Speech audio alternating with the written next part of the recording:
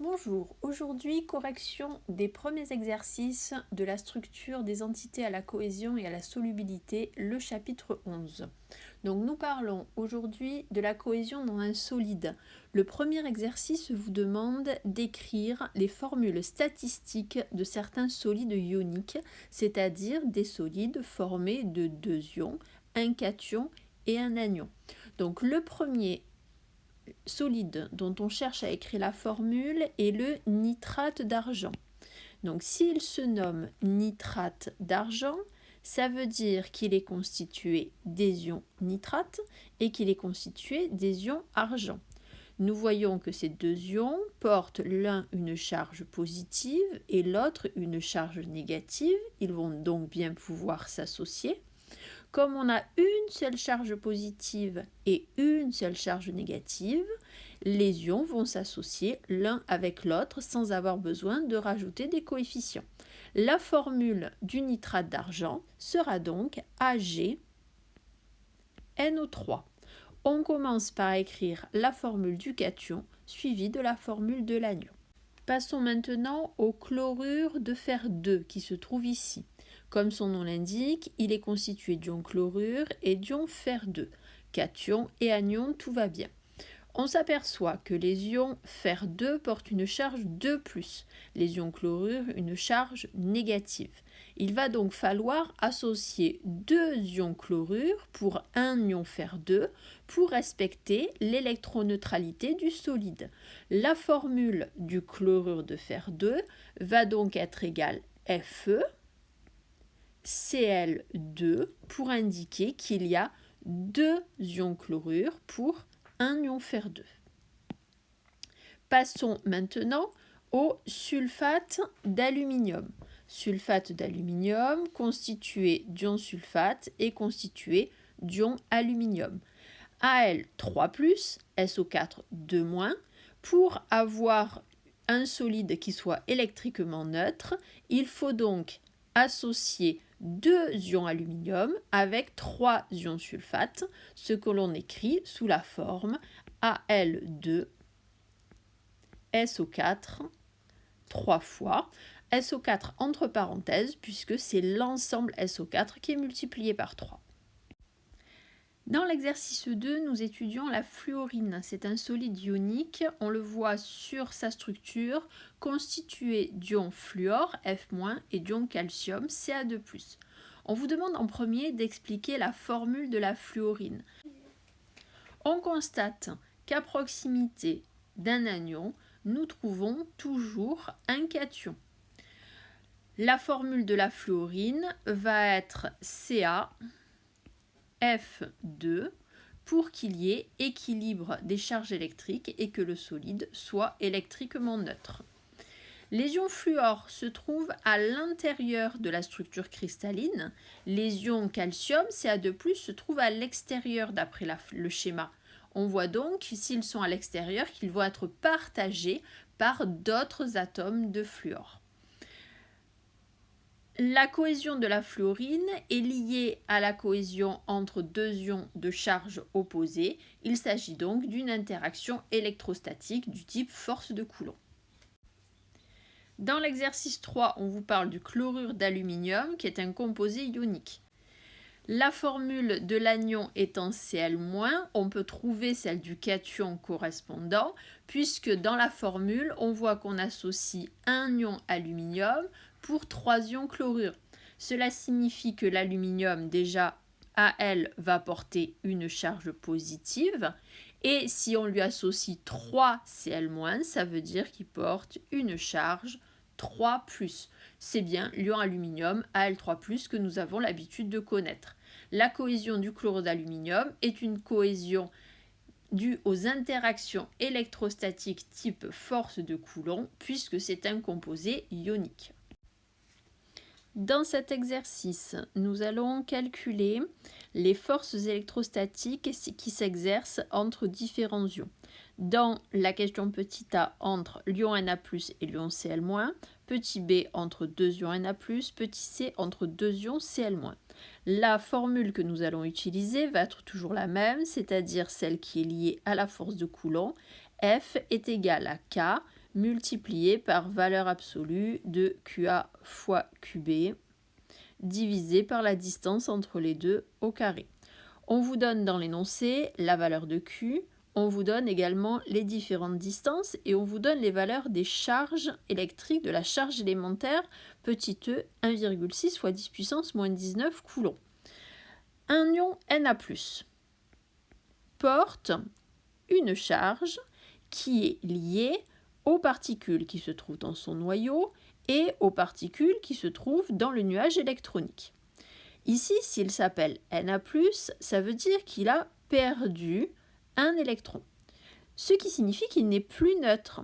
Il possède donc un proton de plus que l'atome. Sa charge, Q, va donc être égale à la charge du proton supplémentaire par rapport au nombre d'électrons, c'est-à-dire plus E. 1,6 fois 10 puissance moins 19 coulombs. Un ion chlorure, par contre, Cl-, porte une charge négative, ce qui signifie qu'il a gagné un électron. La charge de l'ion Cl- va donc être égale à la charge de cet électron supplémentaire, ce qui va donc être égal à moins E, c'est-à-dire moins 1,6 10 puissance moins 19 coulombs. Maintenant que nous avons déterminé ça, on peut calculer les trois forces dont on nous parle. En calculant les différentes forces demandées, on constate que la force Fa est plus importante que les autres, tout simplement parce que la distance entre les différents ions est plus petite quand il s'agit d'un anion et d'un cation que de deux cations ou que de deux anions. De plus, la force Fa est une force attractive, puisque les deux charges sont de signe opposé, alors qu'FB et FC sont des forces qui vont être répulsives,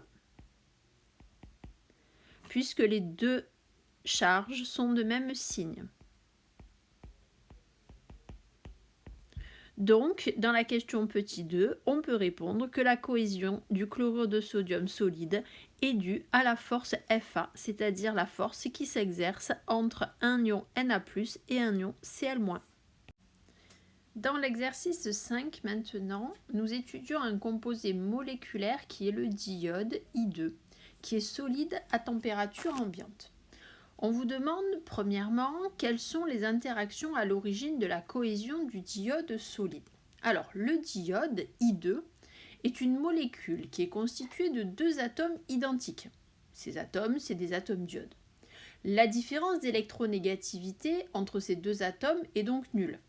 La liaison n'est donc pas polarisée. On n'est donc pas dans le cadre d'une interaction électrostatique puisqu'on n'a pas d'ion. On n'est donc pas non plus dans le cadre où on va avoir une molécule qui est polaire. Ici, on a une molécule qui est apolaire. On va donc avoir des interactions de très faible intensité qui vont être les interactions de Van der Waals. Elles sont plus faibles que les interactions de Van der Waals entre des molécules polaires, mais elles existent quand même.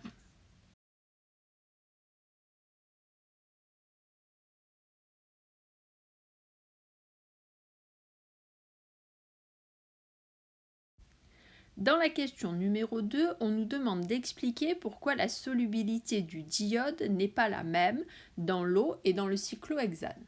Pour cela, il faut étudier la polarité des deux solvants. L'eau est une molécule polaire, constituée d'atomes d'hydrogène et d'oxygène. Les liaisons oxygène-hydrogène sont polarisées, et comme la molécule d'eau est coudée, les polarisations ne vont pas se compenser. Il va y avoir des centres des charges positives différents du centre de la charge négative, la molécule d'eau sera donc polaire. Par contre, le cyclohexane est une molécule apolaire, car il est constitué uniquement d'atomes de carbone et d'hydrogène. Ce sont des liaisons qui ne sont pas polarisées. On aura donc une molécule apolaire. La molécule d'iode étant apolaire, elle va se dissoudre facilement dans un solvant apolaire, mais très peu dans un solvant polaire.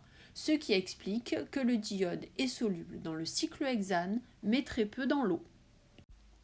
On retiendra donc qu'une molécule polaire va se dissoudre dans un solvant polaire et qu'une molécule apolaire va se dissoudre dans un solvant apolaire.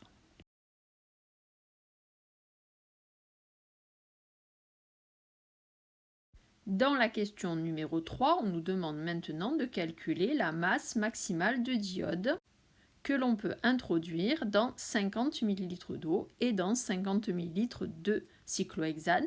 Bien évidemment, on va utiliser la formule de la solubilité. La solubilité S étant la masse maximale que l'on peut dissoudre dans un certain volume de solvant. Ici, on cherche la masse, ça va donc être le produit de la solubilité multiplié par le volume. Donc, dans l'eau,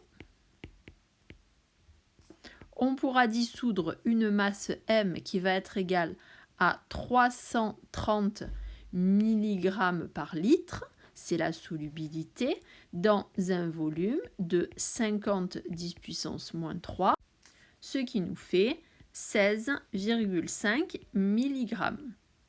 On obtient des milligrammes puisque ici on a des milligrammes par litre et qu'on a mis le volume en litres. Même principe dans le cyclohexane.